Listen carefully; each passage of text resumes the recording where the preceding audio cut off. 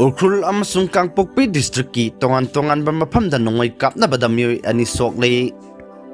Ngarang Ukhrul Amdi Kangpokpi District ki Tongan2Ba Mafamda Nongmei Kapnaba gi thodokta micham ani Sokle haina ihang bungpi working committee amasung koki CSO working committee na thokpa cherol singna palakle. Cherol sing aduna hai tangkhul khulai paibasing oirangani haina singnabasingna ngarang ayuk angan bada sangkai khulda Nongmei kapsilaki. Tungda leplen tingpi bung rota Nongmei kapagi thodok thoki ngarang ayuk pung mapan makhairom tabada tingbung amasung leplen anigi marakta chatpa octorikso amada sina kaithel romdagi automatic rifle sizinaduna Nongmei kapsilaki maduna maram oiraga gari adu accident thoki thodok aduda nupi ama yauna Meeoi ani aso apan nangki soklaba nupi adugi khwangda Nongmei maruna panbagi dakpham leiramki amadi mahak aruba phibamda laikannari hairi thodok adugi mamang asi ayuk pung 5:10 rom tabada sakhangdabasingna sangkai khunda Nongmei maru ahum mari kapsalakpadagi khunjasing mipainaki thodok aduda aso apan natraga misimina diyakhide hairi thawong sing asi yamna laibak thibani sana kaithenda laidiba mari suba mahar regiment na thawong asigi mayokta action amata lokhatana laiki hiram asigi matangda mari lainaba authority na lokhatpam thokpa action sing lokhatpiyo haina su taksilakhi hairi wari sanasi yaramdaba kukijo council ahanba oina hojikti wari sanare yanabadi laitri haina CMY kemsana phongdokre karigumba ani suba round gi wari sanarabadi imfalda ohennaba hek ngamba makhai honagani hairi kumja lising ani kunga marigi December 19 da kukijo council haibasi masak khangde asigumba organization ama laite haina matamduge lengak na phongdokraba matungda chief minister Yumnam Khemchana kukijo council gi mihut kangbusing invite tawduna ngarang Guwahati da kanamata yahondana mifam ama pangthokre mifam adu yauraba tungda chief minister na Imphal da halakre amasung numit yungba matamda Imphal gi ISBT da sangbat sagbaligubsing yangsenbagi khongchatta mahak na paumising da haiki Hana wari sanasi haibi yarakhedraba kukijo council ahanba oina yaraktono ngarang wari sanakre masimak afaba khongthang amani mahak na hai Manipur da maitai amasung koki phurukki marakta thajanaba hanjil handuna ing tappa phibam lehannabagi pandamda lokatpa thorangi saruk ama oina kukijo council ga wari sanakhibani state asigi oina khwaidagi laibak thiningai oiribasi IDP sing masa masagi mayumda hanjil hanba ngamdabagi matangdani nakal animakki IDP sing mayumda hanjiningi adubu thajanaba leitribanina yadabani hairibo wafam asisu ngarangi mifam aduda puthoktuna khanaki Kanglup anigi marakda mapung phana thajanaba leiraba matamda IDP sing masa masagi mayumda hanjil hanba ngamgani Central Force na matam punamak ngak senduna leiba oithokloi Tongan2Ba Kanglup ki Meeoi singna haukiba thodok sing kauthoknaduna amana amubu ngakpiraba matamda thajabagi sang hengalakani hiram asiga mari lainana wari sananaba khangan khibada gadget sina harau yaraklibasi afaba khongthang amani ngakpiba amasung kauthoknaba haibo wakhalon asida yumfam oiraga mipum khudimangna state asida mapung phana ingtapa phibam hanjil hannaba hotnabagi tangai fadabalai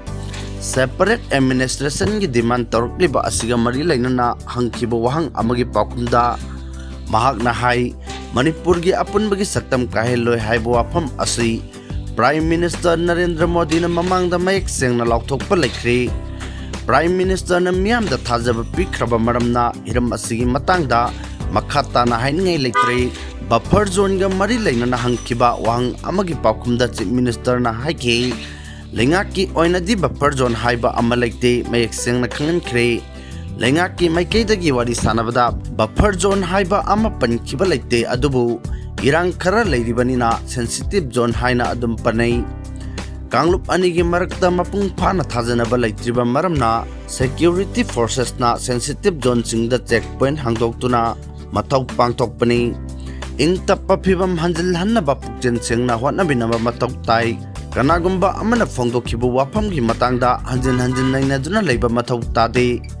kokomina atoppa state ta chatlaga wari sanabagi matangda hangba wahang amagi paukhumda mahakna haiki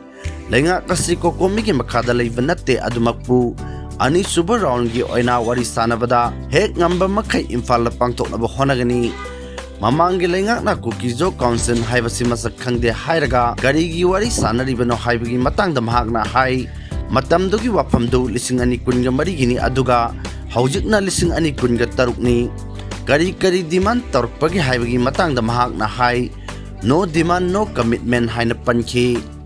Naga Revolutionary Eastern Front NREF ki Meeoi sing Kangla Mafamda mayoknarga hatkani haina Kukizo Village Volunteers KZBV na akan buwafam thamlakli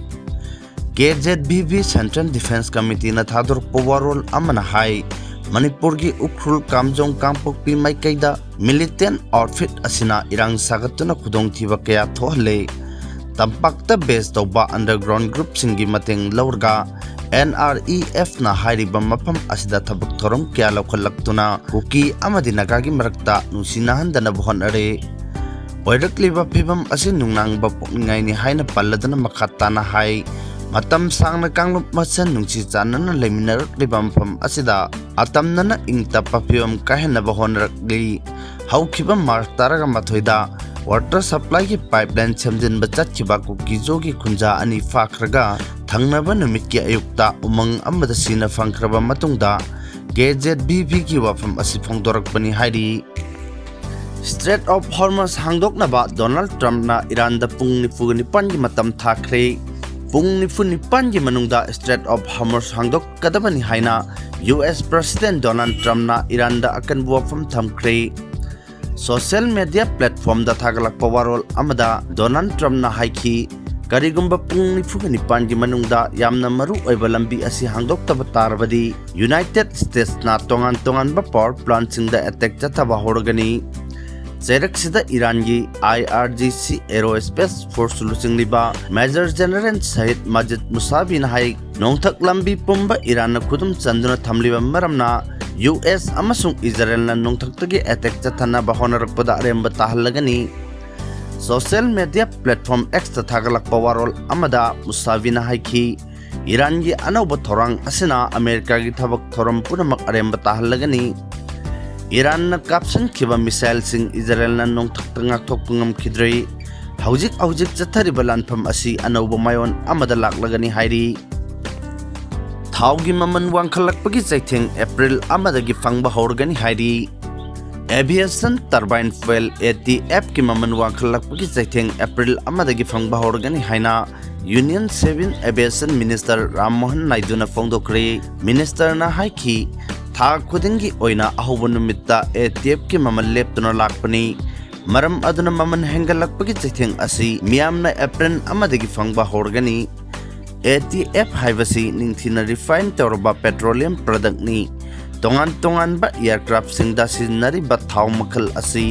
malemgi oina maman wangkhalakpa thengnare West Asia gumba thau marang kaina puthokpa mafam singda tangdu laita daba phibam laklaba matamda ATF ki maman hengalakpa thengnai masina maram oiraga aeroplane gi atong mansoi hengalai Tongan2Ba aircraft carrier singna thengnari ba khudong chadaba singi matangda minister na haiki haujik oirakliba phibam asiga mari leinana Tongan2Ba airlines amasung ministry singa hakthengna wari sanari Langi chaitheng asina maram oiraga aviation sector khakta tana external affairs na petroleum amadi natural gas ki matangda su achoba chaitheng amma phangmagi phibam uba phanglei